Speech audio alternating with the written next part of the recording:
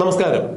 രാഷ്ട്രീയ ചാണക്യ തന്ത്രങ്ങൾ തേച്ചുമിനുക്കി ലോക്സഭാ തെരഞ്ഞെടുപ്പിനൊരുങ്ങുകയാണ് ഇന്ത്യയിലെ എല്ലാ രാഷ്ട്രീയ കക്ഷികളും. മൂന്നാം വട്ടവും കേന്ദ്രം നരേന്ദ്രമോദി ഭരിക്കും എന്ന മട്ടിൽ തന്നെ BJP മുന്നോട്ട് പോകുന്നു. ഏതാണ്ട് അതിന്റെ കാഹളമൂതിക്കൊണ്ട് തന്നെയായിരുന്നു ഇന്നലെ നിർമ്മല സീതാരാമന്റെ ബജറ്റ് അവതരണം. ഇപ്പോൾ നിലവിലിരിക്കുന്ന നരേന്ദ്രമോദി സർക്കാരിന്റെ അവസാന ബജറ്റാണ് ഇന്നലെ ധനമന്ത്രി നിർമ്മല സീതാരാമൻ അവതരിപ്പിച്ചത്. ഏതു വിധേനയും തെരഞ്ഞെടുപ്പ് പിടിക്കുക, അല്ലെങ്കിൽ ഇക്കുറിയും ഇന്ത്യയുടെ ഭരണം പിടിച്ചടക്കുക എന്നുള്ള ഉദ്ദേശത്തോടു കൂടി തന്നെയാണ്, അത്തരം ചില കണക്കുകൂട്ടലുകൾ മനസ്സിൽ വെച്ചുകൊണ്ട് തന്നെയാണ് നിർമ്മല സീതാരാമൻ ഇന്നലെ ബജറ്റ് അവതരിപ്പിച്ചത്.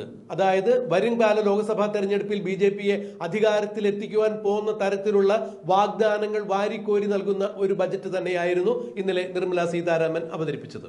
കാര്യങ്ങൾ ഇങ്ങനെയാണെന്നിരിക്കെ ഏത് വിധേനയും ഭരണം പിടിക്കുവാൻ വേണ്ടി കോൺഗ്രസും മറ്റിതര രാഷ്ട്രീയ കക്ഷികളും അതീവ വാശിയോടുകൂടി തന്നെ തെരഞ്ഞെടുപ്പ് ഗോതയിലേക്ക് ഇറങ്ങുന്ന കാഴ്ചയാണ് നാം കാണുന്നത്.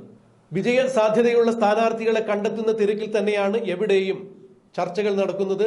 അത്തരത്തിലുള്ള അന്വേഷണങ്ങളിൽ തന്നെയാണ് എല്ലാ രാഷ്ട്രീയ മുന്നണികളും. കേരളത്തിൽ രണ്ടാം വട്ടവും ചരിത്രത്തിലാദ്യമായി കമ്മ്യൂണിസ്റ്റ് മന്ത്രിസഭ അധികാരത്തിൽ കൊണ്ടുവന്ന പിണറായി വിജയനും ലോക്സഭാ തിരഞ്ഞെടുപ്പിലേക്ക് വേണ്ടി CPMന്റെ തന്ത്രങ്ങൾ തേച്ചുമിനുക്കുന്ന തിരക്കിൽ തന്നെയാണ്. ഇന്നലെ തിരുവനന്തപുരത്ത് നടന്ന CPMന്റെ കേന്ദ്ര കമ്മിറ്റി യോഗത്തിൽ ഇത്തരം ചില തീരുമാനങ്ങൾ എടുത്തതായാണ് അറിയുന്നത്. കഴിഞ്ഞ ലോക്സഭാ തെരഞ്ഞെടുപ്പിൽ CPMന് ഉണ്ടായ അതിദയനീയമായ പരാജയത്തിൽ നിന്നും കരകയറുവാൻ വേണ്ടി ഇക്കുറി 3 MP-മാരെയെങ്കിലും കേരളത്തിൽ നിന്ന് പറഞ്ഞയക്കാൻ സാധിക്കണം എന്നുള്ള വാശിയോടുകൂടി തന്നെയാണ് CPM ലോക്സഭാ തെരഞ്ഞെടുപ്പിലേക്ക് പ്രവേശിക്കുന്നത്. പത്തനംതിട്ട, ആലത്തൂർ, കണ്ണൂർ, വടകര, പാലക്കാട് എന്നിവയാണ് CPM തങ്ങളുടെ അഭിമാന മണ്ഡലമായി കാണുന്നത്. ലോക്സഭാ മണ്ഡലത്തിൽ ഈ മണ്ഡലങ്ങളിൽ നിന്ന് ഏത് വിധേനയും തങ്ങളുടെ സ്ഥാനാർത്ഥികളെ വിജയിപ്പിക്കാനുള്ള ചാണക്യ തന്ത്രങ്ങളുമായി തന്നെയാണ് CPM ഇപ്പോൾ രംഗത്തിറങ്ങിയിരിക്കുന്നത്.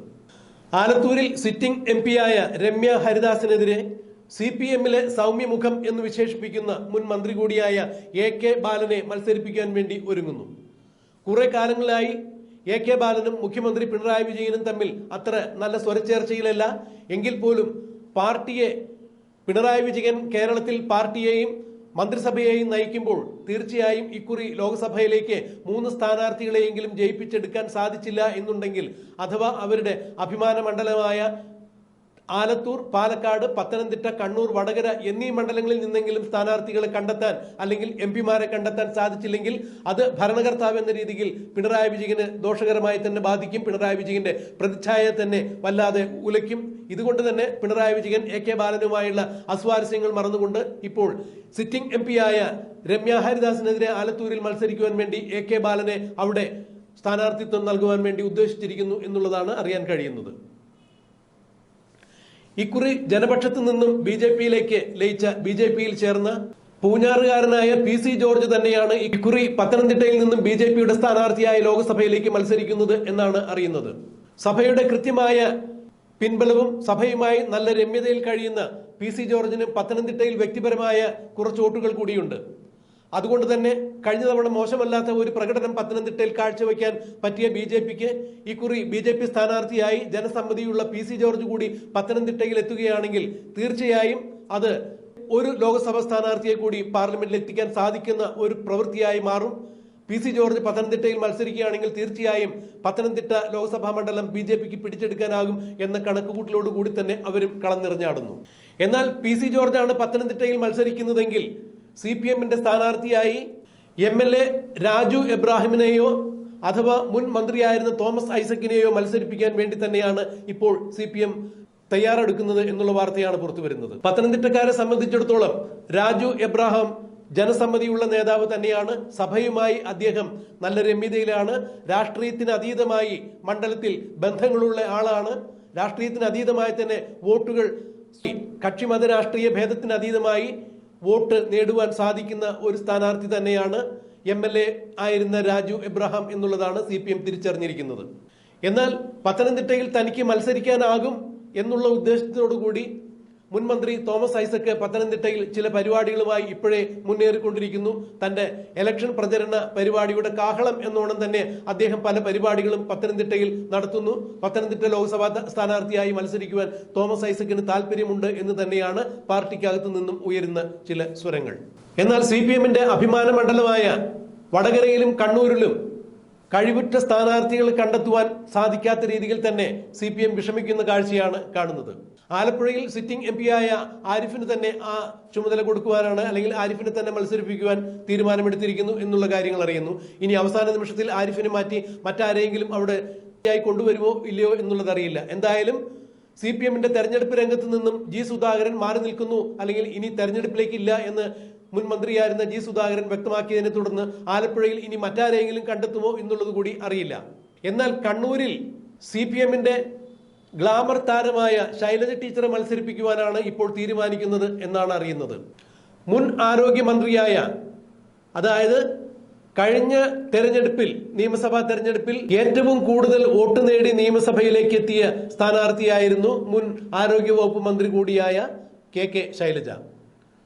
എന്നാൽ ശൈലജ ടീച്ചറെ ലോക്സഭയിലേക്ക് മത്സരിപ്പിക്കുവാൻ തന്നെയാണ് ഇപ്പോൾ CPM-ന്റെ തീരുമാനം എന്നറിയുമ്പോൾ അത് ശൈലജ ടീച്ചറെ പൂട്ടുവാൻ വേണ്ടിയുള്ള ഒരു തന്ത്രം കൂടിയാണ് എന്നുള്ളതാണ് CPM-നകത്ത് നിന്ന് തന്നെ ഉയരുന്ന ചില വർത്തമാനങ്ങൾ. ഒരു കാരണവശാലും ലോക്സഭയിലേക്ക് മത്സരിക്കുവാൻ വേണ്ടി ശൈലജ ടീച്ചറിന് താല്പര്യമില്ല.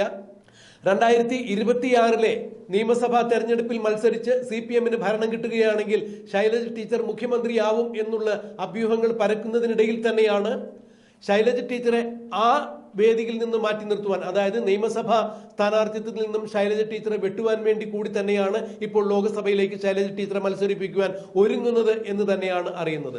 ഫലത്തിൽ ഇത് ശൈലജ ടീച്ചർക്ക് വയ്ക്കുന്ന ഒരു കെണി തന്നെയാണ് എന്നുള്ളതാണ് മനസ്സിലാക്കാൻ കഴിയുന്നത്. പകരം അതിന് പാർട്ടി പറയുന്നത് ഏത് വിധേനയും ഇക്കുറി 3 സീറ്റെങ്കിലും പിടിക്കാൻ സാധിച്ചില്ല എന്നുണ്ടെങ്കിൽ അത് ബുദ്ധിമുട്ടാകും എന്നാണ്.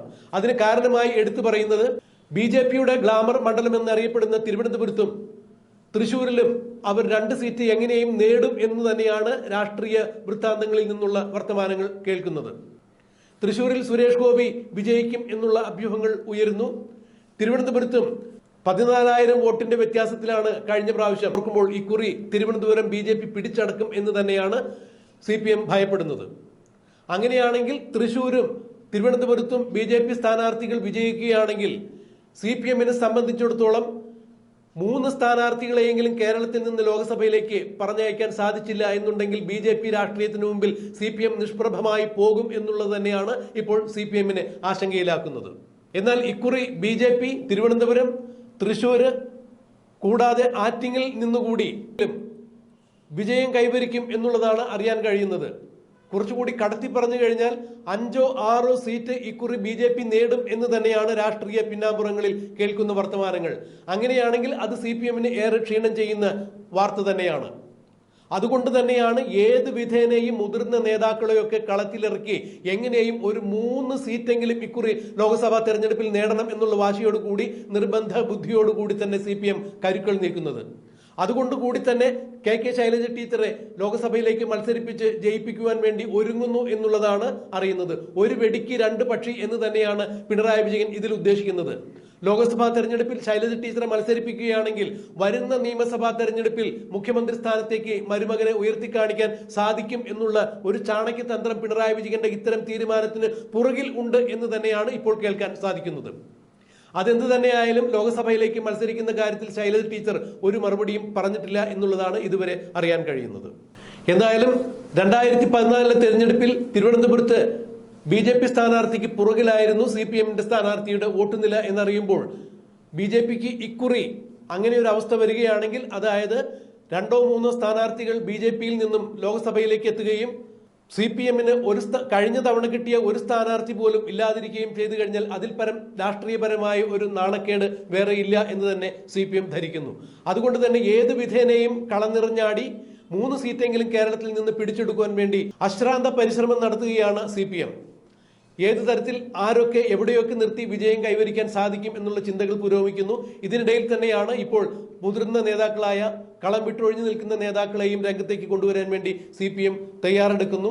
എന്തായാലും വരുന്ന ലോക്സഭാ തെരഞ്ഞെടുപ്പിൽ CPM-ന് എത്ര സ്ഥാനാർത്ഥികളെ ലോക്സഭയിലേക്ക് പറഞ്ഞയക്കാൻ സാധിക്കും, BJP-ക്ക് എത്ര സ്ഥാനാർത്ഥികളെ പറഞ്ഞയക്കാൻ സാധിക്കും, കഴിഞ്ഞ തവണ 19 MP-കളെ കേരളത്തിൽ നിന്നും ലോക്സഭയിലേക്ക് പ്രദാനം ചെയ്ത കോൺഗ്രസിന് ഇക്കുറി എത്ര MP-മാരെ കിട്ടും, 20 സീറ്റും നേടാൻ പറ്റും എന്നുള്ള ധാരണയിൽ തന്നെ കോൺഗ്രസ് മുന്നോട്ട് പോകുന്നു.